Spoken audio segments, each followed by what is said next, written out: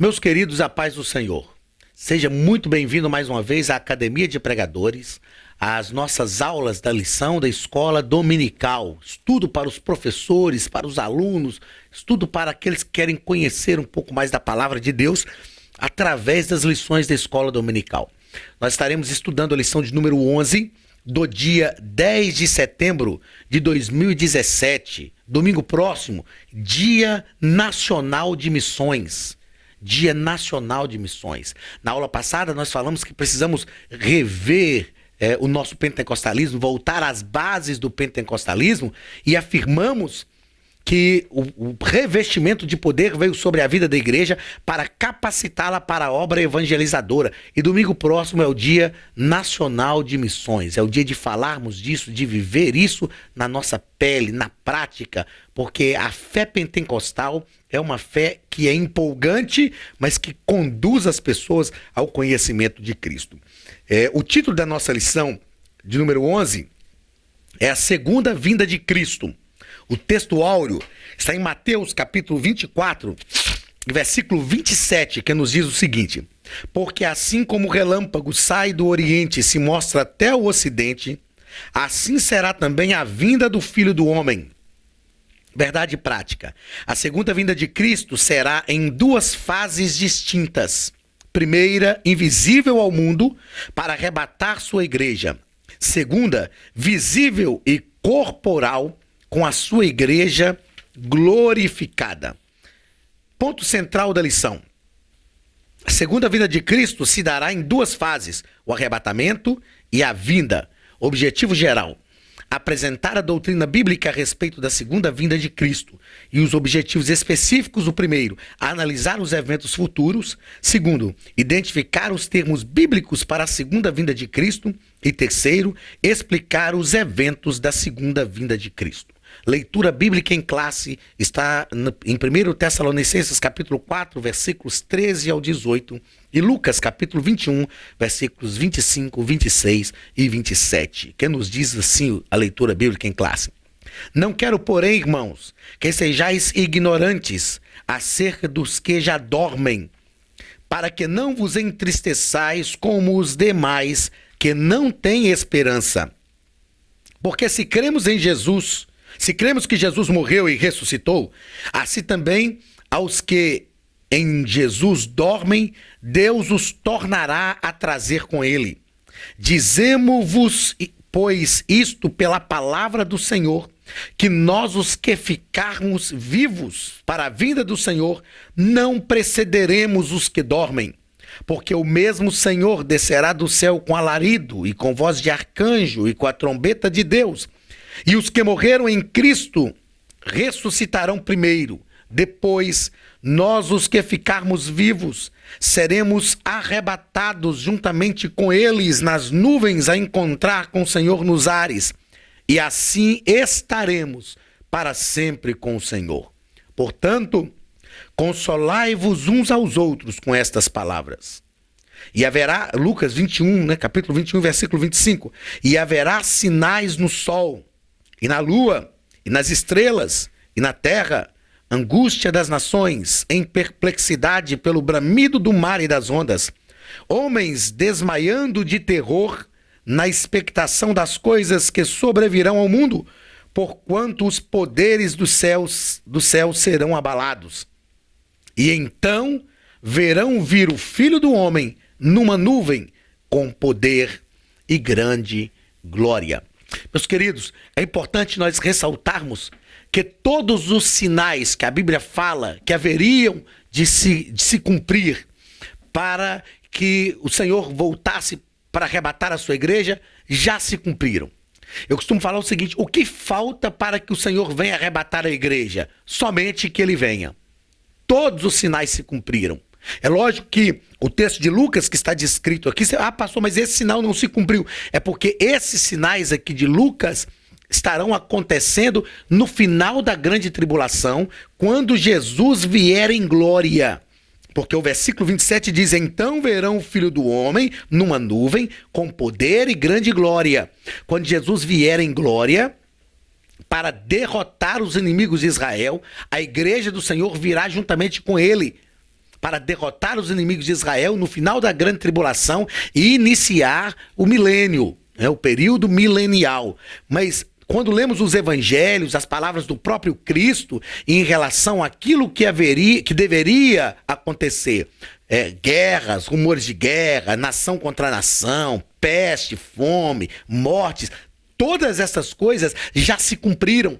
Tem pessoas que olham para Israel e dizem: Israel é o relógio de Deus, os judeus já estão voltando. O que o Senhor falou em relação a Israel já aconteceu. É lógico que existem acontecimentos escatológicos que ainda virão sobre a nação de Israel, principalmente na questão da grande tribulação, que será um período de Deus tratar com a nação de Israel, para que eles clamem pelo Messias, e Jesus virá para salvá-los. É quando a Bíblia diz que todo aquele que invocar o nome do Senhor será salvo. Tem fatos escatológicos para acontecerem. Mas Israel já se tornou nação desde 1948. Israel já está reunida, sem dúvida nenhuma. Ainda há um regresso, ainda há um retorno.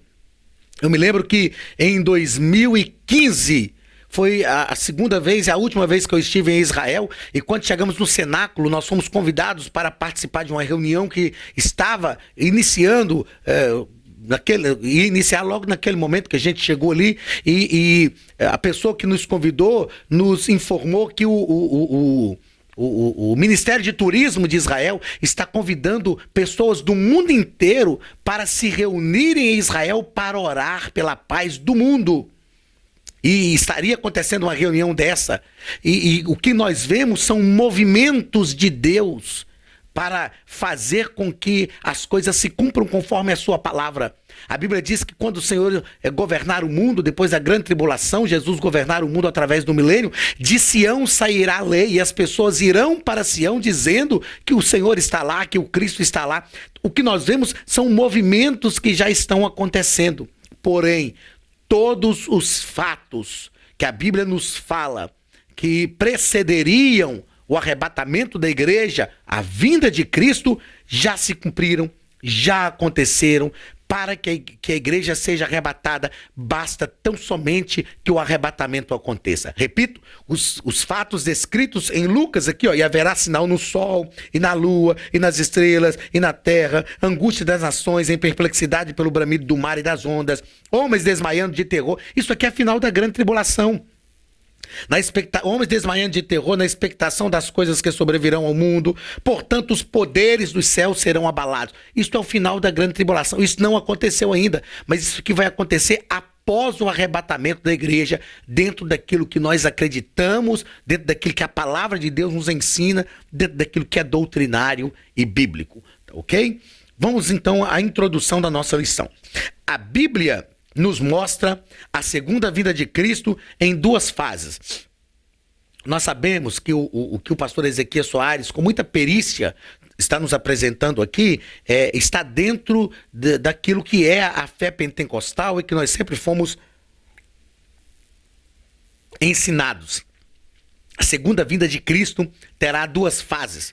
Na primeira fase, ele não virá na terra, é o que nós somos ensinados, que ele virá somente nas nuvens, que nós seremos arrebatados, raptos, do grego, arrancados com força, seremos levados, o Espírito Santo que está preparando a igreja, vai arrebatar a igreja, e a Bíblia diz que nós encontraremos com o Senhor nos ares, e estaremos com ele para sempre. Ele não virá à terra. E a segunda fase da segunda vinda é o que nós aprendemos, que Apocalipse capítulo 19, que ele já virá para vencer o anticristo, vencer o falso profeta, a besta, estabelecer o reino milenial, a igreja estará com ele. O que eu gostaria de pensar com vocês aqui, e que é necessário, é nós fazermos aqui uma correção teológica, ok? Eu preciso fazer isso, uma correção teológica. Na verdade, a segunda vinda de Cristo não tem duas fases, ela tem uma fase só, que é Apocalipse 19. O que nós chamamos de primeira fase da segunda vinda de Cristo não é a segunda vinda, é arrebatamento da igreja. Ele não virá. Isso é claro, nós entendemos isso, a própria lição aqui vai falar sobre isso. E o Senhor ficará nas nuvens. Ninguém o verá, a igreja será arrebatada e irá ao encontro dele. A própria Bíblia diz isso aqui, olha, o versículo 17 da leitura bíblica em classe. Depois, nós que ficarmos, porque o mesmo Senhor descerá do céu com alarido e com voz de arcanjo, com trombeta de Deus, e os que morreram em Cristo ressuscitarão primeiro. Ou seja, aqueles que não tiverem comunhão com o Senhor, quando ele fala que descerá do céu com alarido, com voz de arcanjo e com trombeta de Deus, isso aqui é só para os salvos. O mundo não irá ouvir essa trombeta de Deus, esse alarido, essa voz de arcanjo. O mundo não irá ouvir isso aqui. E aí, olha o versículo 17. Depois nós que ficarmos vivos, seremos arrebatados juntamente com eles nas nuvens a encontrar com o Senhor nos ares e estaremos para sempre com o Senhor. Nós precisamos teologicamente desvencilhar segunda vinda de Cristo e arrebatamento da igreja. Então Jesus Cristo já veio e morreu pelos nossos pecados. Está na glória com o Pai. Ele vai arrebatar a igreja. Porque quando nós falamos segunda vinda, nós estamos falando do aparecimento de Jesus na terra. Concordam comigo? Porque a primeira vinda, ele veio à terra. Na segunda vinda, ele virá também na terra. Mas no arrebatamento da igreja, ele não virá na terra. Ninguém o verá. Nós seremos arrebatados a encontrar com ele nos ares. Algumas pessoas falam que o Senhor virá nas nuvens, fazendo uma alusão àquele momento que o Senhor foi assunto ao céu, que ele foi recebido no céu, e a Bíblia diz que uma nuvem o encobriu, e aí apareceram anjos dizendo: varões galileus, esse mesmo Jesus que dentre vós foi tomado, do mesmo modo ele virá. Existe uma alusão. Não quer dizer exatamente que ele virá aqui nessas nuvens. A Bíblia fala que ele virá nos ares. Esses ares aqui pode ser na atmosfera, estratosfera, não sei. Isso aqui será algo grandioso. A igreja vai ser arrebatada.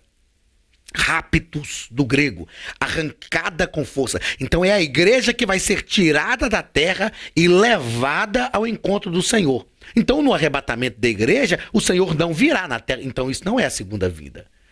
Não é a primeira fase da segunda vinda. É o arrebatamento da igreja, que é um fato escatológico. E é importante nós distinguirmos isto, porque o arrebatamento da igreja é um fato escatológico importantíssimo. Importantíssimo. E ele tem que ser valorizado com o devido valor que ele merece, né? Então, a segunda vinda de Cristo será no final da grande tribulação, quando o Senhor vier para estabelecer o milênio. O que nós temos, que chamamos de primeira fase da segunda vinda, que não é uma segunda vinda, porque ele não vem à terra, porque se na primeira vinda ele veio à terra, na segunda ele terá que vir à terra. Como no arrebatamento ele não virá, é a igreja que vai ser arrebatada, tomada da terra e vai ser levada a encontrar com o Senhor nos ares. Então isso não é segunda vinda, isto é arrebatamento da igreja. Ok? Então o arrebatamento da igreja, eu sei que nós vamos tratar aqui na nossa lição sobre a primeira fase da segunda vinda, segunda fase da segunda vinda, mas na verdade, teologicamente falando, não existe primeira fase da segunda vinda, existe arrebatamento da igreja. O que nós chamamos de primeira fase da segunda vinda é arrebatamento da igreja. E a segunda vinda de Cristo é o momento que ele virá para vencer os inimigos de Israel. A igreja virá juntamente com ele. Primeiro ponto, os eventos por vir. Primeiro parágrafo, fonte de predição. Não há outra fonte de predições verdadeiras a não ser a Bíblia Sagrada, por meio da qual Deus nos diz tudo o que precisamos saber sobre os eventos do porvir. Bíblia. Bíblia Sagrada. Isso é teologia bíblica, isso é atentar para a Bíblia, isso é se restringir àquilo que a Bíblia ensina.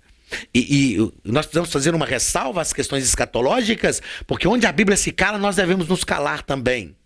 Quando nós extrapolamos os fatos bíblicos, então nós acabamos incorrendo em erros. Quando nós afirmamos aqui que essa primeira fase da segunda vinda, que nós chamamos no pentecostalismo, não é a segunda vinda em si, é arrebatamento, é porque o próprio texto está dizendo: depois nós que ficarmos vivos, seremos arrebatados juntamente com eles a encontrar com o Senhor nos ares. Então nós é que estamos indo. É por isso que nós tratamos dessa forma, e é só uma questão teológica, tá certo? Isso não descredibiliza nada do que está sendo dito na lição, falando sobre a primeira fase da segunda vinda. É só uma questão teológica. acadêmica para gente compreender. Mas a Bíblia tem que ser o nosso referencial, tem que ser o nosso ponto de partida para falar das questões escatológicas. Segundo parágrafo, o destino dos impérios da antiguidade. Então, as profecias dos impérios antigos, as profecias a respeito dos impérios antigos deram conta da queda de Babilônia. Nabucodonosor teve um sonho, não é? Que tinha uma estátua, cabeça de ouro, peito e braços de prata, ventre de bronze, pernas de ferro e pés de barro e ferro. E Daniel interpretou esse sonho dizendo: cabeça de ouro és tu, mas depois de ti virá um reino menor do que tu e te conquistará, depois deste virá um menor e o conquistará, depois deste um ainda menor. Então são os últimos 4 grandes impérios mundiais: Babilônia, cabeça de ouro; a Média e a Pérsia, peito e braços de prata; a Grécia, ventre de bronze; e Roma, as pernas de ferro. Todos esses impérios ruíram. O advento do Messias, Jesus nasceu justamente no período do Império Romano, o último grande império mundial. No sonho de Nabucodonosor, a Bíblia diz que ele viu uma pedra cortada do monte sem mão, que veio, chocou-se na estátua, destruiu a estátua e se tornou em um grande monte. Esta pedra cortada do monte sem mão fala do nascimento virginal de Jesus. Cortada do monte sem mão é cortada sem interferência humana. Fala do nascimento virginal de Jesus. A pedra chocou-se na estátua, destruiu a estátua. Todos os grandes impérios passaram, acabaram, deixaram legados para a humanidade. Babilônia deixou um legado de esoterismo, era uma nação muito mística, esotérica. A Média Pérsia deixou um legado ético. Façamos o edito conforme dos médios e dos persas, que não se pode revogar a questão ética. A Grécia deixou um legado filosófico. Toda a filosofia que nós estudamos até hoje, desde o ensino fundamental até o ensino superior, a base é a filosofia grega. E Roma deixou um legado bélico. Nunca houve um império tão forte, um exército tão forte como o exército romano. Então esses 4 impérios deixaram grandes legados, mas o Senhor Jesus nasceu no período do Império Romano. E o que aconteceu? Todos esses impérios passaram, todos esses impérios ruíram. O nome de Jesus, entretanto, permanece vivo. Chocou na estátua, destruiu, tornou-se um grande monte. Que grande monte é esse? É a igreja do Senhor Jesus, que se espalhou por toda a terra. Então, os impérios passaram, mas Jesus não. Terceiro parágrafo do primeiro ponto. Sobre as diásporas judaicas. As profecias, então, apontam de antemão as 2 dispersões do povo judeu e as suas respectivas restaurações. A primeira diáspora e o seu retorno, a segunda diáspora também o seu retorno, anunciado pelo próprio Cristo. A Bíblia diz que eles cairiam ao fio da espada, eles retornaram, né? A primeira diáspora foi lá no Império Babilônico, 70 anos eles voltaram. A segunda diáspora foi depois da morte de Jesus, que houve a destruição de Jerusalém, mas eles voltaram, e como eu disse aqui no início, em 1948 Israel foi considerado novamente nação. Existe uma briga com o território, principalmente no território palestino, mas aquilo ali é só o Senhor Jesus mesmo que vai colocar, apaziguar aquela situação. Antes disso, o anticristo vai aparecer enganando Israel e vai trazer uma pseudo-paz, uma pseudo-solução do problema, mas o Senhor Jesus é que vai resolver aquela situação de uma vez por todas. Então, esses eventos já se cumpriram, que são os eventos que a Bíblia chama de eventos por vir. Esses eventos, eles já se cumpriram. Segundo parágrafo, termos bíblicos para a segunda vinda de Cristo. Primeiro termo, a primeira vinda aí, a palavra é parousia, que se pronuncia dessa forma, parousia, né? Significa vinda, chegada, presença, volta, visita real, advento, chegada de um rei. Perceba que pelo próprio termo grego, parousia, fala de presença. No arrebatamento da igreja não haverá essa presença. Por isso que nós fizemos aqui uma distinção entre o arrebatamento da igreja e a segunda vinda de Cristo, efetivamente falando, que a lição está tratando como primeira fase da segunda vinda, mas é o arrebatamento da igreja. Segundo parágrafo, manifestação, aparição. Substantivo grego aqui é epifaneia, que é manifestação, que é aparição também. Todas as ocorrências dizem respeito à vinda de Jesus desde a encarnação do Verbo. Todas as ocorrências dessa epifaneia, que é de onde vem o termo epifania, que é o aparecimento de Cristo. Lá no Antigo Testamento também temos as epifanias, mas o termo grego aqui, que é a língua original do Novo Testamento, fala de epifaneia, com respeito à vinda de Cristo desde a sua encarnação. Então essa vinda futura de Cristo, que é a epifaneia, tem os mesmos moldes da encarnação, que é o aparecimento de Cristo na terra, quando todos os verão. Repito, não é o arrebatamento da igreja. O apóstolo emprega ainda essa epifaneia para se referir à segunda vinda de Cristo em glória. Essa segunda vinda de Cristo em glória é desvencilhada do arrebatamento. É registrada em Apocalipse, capítulo 19. E outro termo bíblico que parece segunda vinda de Cristo é a revelação, que o termo é apocalipsis, que é se mostrar, tirar o véu, que é se revelar. Perceba que tem também essa ideia de aparição pública. E eu repito, com muito cuidado de fazer isso, eu repito que não é o arrebatamento da igreja, né? O apocalipse é se mostrar, tirar o véu, desvendar. Olha, a própria lição diz assim: esse termo é traduzido ainda como manifestação, também em referência ao arrebatamento da igreja. Mas não é o arrebatamento da igreja, não é uma manifestação visível, né? Então, o arrebatamento da igreja é um evento separado, nós chamamos, repito aqui, de primeira fase da segunda vinda, mas ele é um evento que vai ocorrer entre a primeira e a segunda vinda de Cristo. Dentre estes eventos que acontecerão, né, vai acontecer também o arrebatamento da igreja. Terceiro e último ponto: os eventos da segunda vinda de Cristo. Primeiro, o arrebatamento da igreja. Não vou repetir aquilo que já estamos falando. É o rapto dos santos, um acontecimento global e simultâneo em todo o planeta, que é onde a igreja será arrancada. Raptos, que é arrancar com força, ou seja, nada, quando cumprir-se o tempo de Deus, nada conseguirá deter a igreja. Tem pessoas que dizem assim, eu já ouvi muita gente falando, nós temos que pregar o evangelho, porque se nós não pregarmos, nós vamos atrasar a volta de Cristo. Tem um livro chamado O Tempo de Deus. Todas as coisas já estão pré-estabelecidas no tempo de Deus. Não tem jeito de atrasar ou adiantar o arrebatamento da igreja. O que deve nos motivar à pregação do evangelho é a própria ordem de Jesus. Já que somos os seus discípulos, precisamos cumprir as suas ordens. E Jesus disse: vós sereis meus amigos se fizerdes o que eu vos mando. Então a pregação do evangelho tem que ser motivada pela ordem de Jesus. Mas o arrebatamento da igreja já está determinado. Deus já tem um tempo para isso. O tempo de Deus já está determinado. O segundo parágrafo vai falar sobre a vinda de Cristo em glória.